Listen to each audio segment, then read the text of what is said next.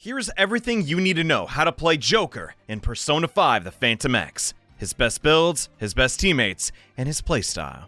So let's not waste any time. Joker is a 5-star limited sweeper who deals curse damage in an AoE. His primary mechanic is his ability to enter an extra turn, when he obtains 3 stacks of his unique resource, Will of Rebellion. At the end of his turn, for each foe under 60% HP, Joker will gain 1 stack of Will of Rebellion.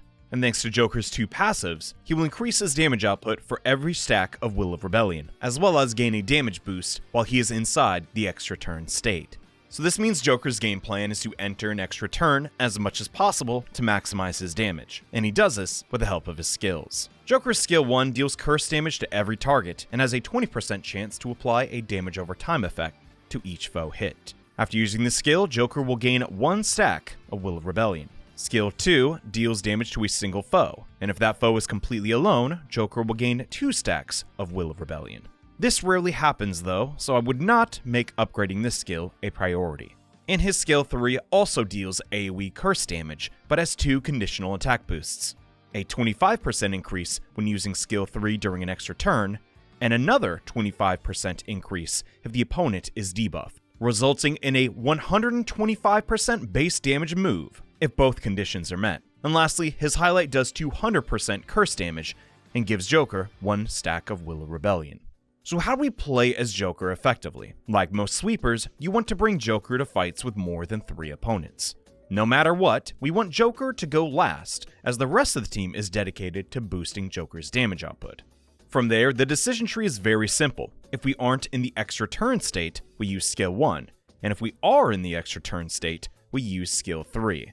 And on occasion, we use skill 2 to finish off any targets that are isolated. The only real decision making when playing Joker is when to use your highlight. Depending on the state of the battle, you may want to use it before or during an extra turn. Now, without making this guide too complicated and bringing up spreadsheets, I'm going to make this extremely simple for you. In Sea of the Soul and Gate of Nightmare, you want to use highlight before you attack, so you can use Joker's multiple turns to get your highlight cooldown reduced, and ideally use multiple highlights within the 6 turn limit of those modes. In other game modes, using highlight during an extra turn is more viable for quick bursts of damage, where survival is more important than earning a high score. This varies depending on team comps, but this is my general rule of thumb, and it serves me well. But as always, do your own testing with your own team comps. As for builds, there is only one viable build for Joker, as it's custom made for him: the Departure Space card and the 4-piece set of the Hindrance Heaven cards. As for main stats, on Moon, we want damage bonus, Star, crit rate, and Sky, attack percent. As for substats, try to get as much crit rate as possible, and after that, prioritize cards with crit rate multiplier, pierce rate, attack multiplier, then attack percent. And try to select cards that keep Joker's speed low, as he's an anchor character, we want to go last. These are the ideal main stats and substats for Joker. However, since this is a launch character, I'll throw in the disclaimer that getting perfect cards, especially early on, is unlikely. And these stats are for helping you decide which cards are better. So if you're just starting out, getting the right main stat is far more important than optimal substats. As for teammates, Ren is specifically designed to pair well with Joker, as she applies AoE debuffs and is a curse user, so she boosts his damage thanks to the curse harmony.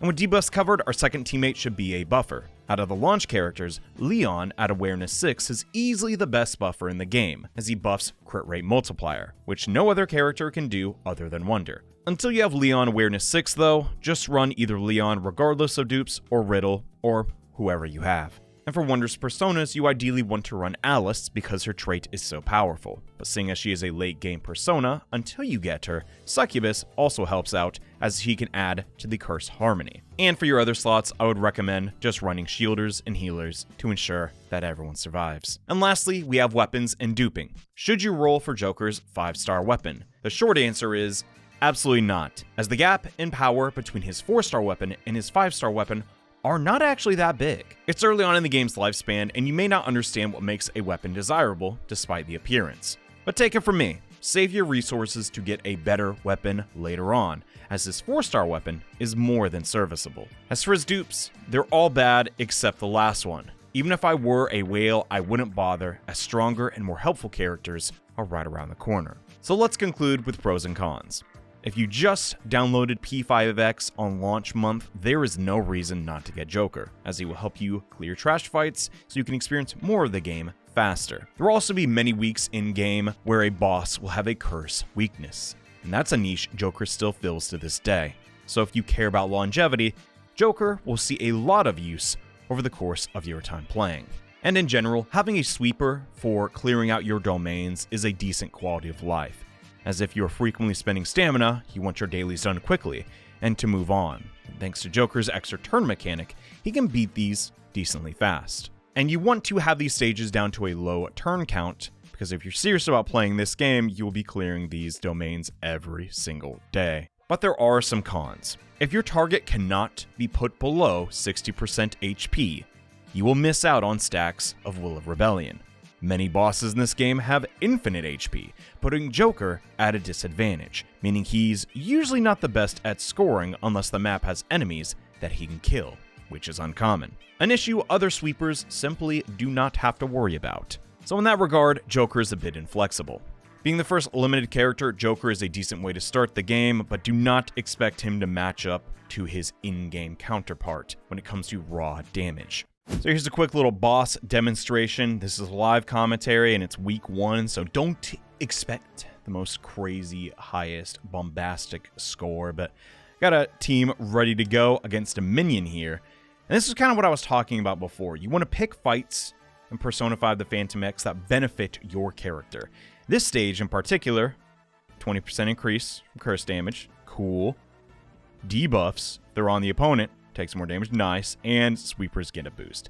So pretty much this fight is custom made for Joker. If you don't have Joker, your best bet is on, and that's just a little scuffed. But like I was saying before, Joker's going a little later.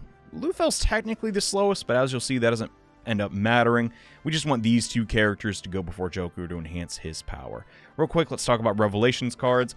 I imagine a lot of people are not farming these right now. They might not even have this ability unlocked. But for Lin, or is it Ren? It's Yao Ling? Li? Yeah, anyway. We get the Abundance and Trust combo. Pretty much giving her a little, not really any boost in damage, but we get extra highlights, so we can guarantee that we get 2 highlights in this boss challenge. That's the one I prefer using the most. There's a couple builds you can run her, actually. And then we have Joker with his set. There's an angel that we can kill in this fight, and if we do that, we get a pretty substantial 30% increase to our raw attack stat, which ends up mattering quite a bit. Realistically, there's not like a ton of options to use with Joker. This ends up being the best one, but, you know, it gets the job done, so to speak. And we have KO, Tomiyama, first Navigator. It feels kind of nostalgic to be back to these, you know, kind of basics, so to speak. But I have A1 Rin, as you'll quickly see. We do not want to use Mengpo Soup at the start of the round. Just apply a normal debuff. And we start doing wonder stuff. He's just here to support the team. More defense down cannot hurt. And then Joker, believe it or not, skill 1. Gotta start from somewhere, you know. And our highlights almost ready to go. If we sandbag enough, we can get 2 highlights, but with this boss HP, that is just not happening. So don't copy this verbatim for all your weeks of fighting Dominion. That's just not how the game is designed. And now I have to sit through 6 enemies worth of skills. It adds up. That's why we brought a healer. As long as they don't pinpoint one target, which rarely happens. Oh, as I was just saying. We should be all right. So we, like I said before, we're likely not going to be able to get 2 Joker highlights, but I'm still going to start off with highlight because you want to get in the rhythm of doing this. So first, we're going to apply Lion Dance Oblivion, get that flower debuff. So when it is Joker's turn, which will come up soon, he'll be able to just hit really, really hard, swapping to Succubus and buffing his crit rate. So now Joker has 2 curse users by his side. His crit rate has been boosted, and the enemy's defense is pretty darn low. This highlight's gonna hurt. And this is what I kind of mean by setting up your... Holy crap, that is more than I thought. 96k, not bad. Now, we have max stacks. There's no reason to use skill 1. Arsene's Chains, despite not being in a second turn, just ends up dealing more damage. Then we go an extra turn, do skill 3 again, provided we have enough SP, which yeah, SP can kind of be a problem on him sometimes, but I think they like buffed the character where that's not an issue anymore. And now, as you can see, the boss just does not have enough HP to do a second highlight, which kind of messes us up. But as you progress more in the game, you can easily get maybe even 3 highlights off in one, you know, boss rotation across the 6 or so turns that you'll have here. How many turns is this? It's 4? 4 actions for the boss? What do they? I don't want to think about it. Whatever.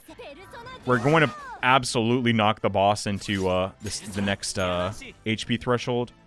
Maybe I can help it. Let's actually go for Hunter's Instinct. I want to test my characters a little bit. But a D-Vet. Oh, this might be bad. Oh, hey, we lucked out. Okay. No, he was full HP. He would have lived that.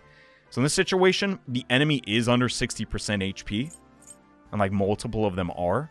So we're getting stacks. There's no way we don't. Unless we just completely screw up. So using skill 3 here is totally safe. Now the enemy has 2 turns left. They're going to take additional HP. Now what do we want to do? Tough call. I've just really not been in these situations before. Well, we don't need a heal. So I guess using this is safe. But we kind of want to wait turns, I'm pretty sure. So I'll just burn the boss. Try and get as many debuffs on the opponent as we can. And now, go for her highlight, since Joker's is still on cooldown. If I sandbag a little bit better, this fight might have gone in a different fashion, but it should still be alright. We'll get a somewhat decent score for week 1, I suppose. There's a week 2 now. I don't really know. There's a lot going on. Swap over to... does he still have his crit buff? He shouldn't. Oh, he does, for one more turn. In that situation, we're kind of in a rough spot then. I think I'm just going to double up on the Rebellion. Because I don't want to consume these stacks, right? And I probably should use my Navigator, come to think of it. Also going to use this Navigator. She's okay. I really wanted to like her, but, you know, wait till you see the Navigators we're going to get in the future. For a 4-star, she ain't too bad. We'll get the rhythm up. Not bad. And I think... Do I want to risk this? Does that look under 60% to you? I think it is. I'm going to go for it. We should be able to enter an extra turn. Hopefully. Yeah, we got it. Nice, nice, nice. 4 stacks. And there's another Arsene's Chains. I really think they did a great job designing Joker in this game. I'm not talking like the aesthetics of the model, but like he really is just fun to use. You know, getting these extra turns. You know, it's a staple of the series and all that. But now we're just kind of wrapping up. We've lost a little bit of our steam. Getting another highlight. Oh, it could happen. Wait, is this the last turn though? I don't know. I don't know. Let's just hit as hard as we can to hope for it. Oh, dump. We got one. We got another Joker highlight. This is big. This is real big. Okay. Let's go ahead and use whatever that goddamn skill. So long name. Okay, okay. Big. Huge. This score is going to be massive. Okay, okay. Here we go. Now, as you're seeing, yeah, using it before, it kind of just, one, it's a lot easier to remember. There's a lot less decision making. But fat damage coming from Joker. I think I beat my score. That makes me happy. I don't know how I did that. Which, you probably shouldn't say that in a guide, but heck yeah. 2 milli. All right.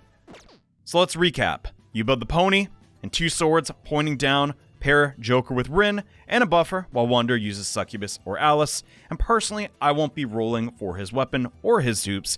And I don't think you should either. And that wraps up our first P5X guide. Any questions or feedback, please let me know in the comments and tell me which character you want to guide on next.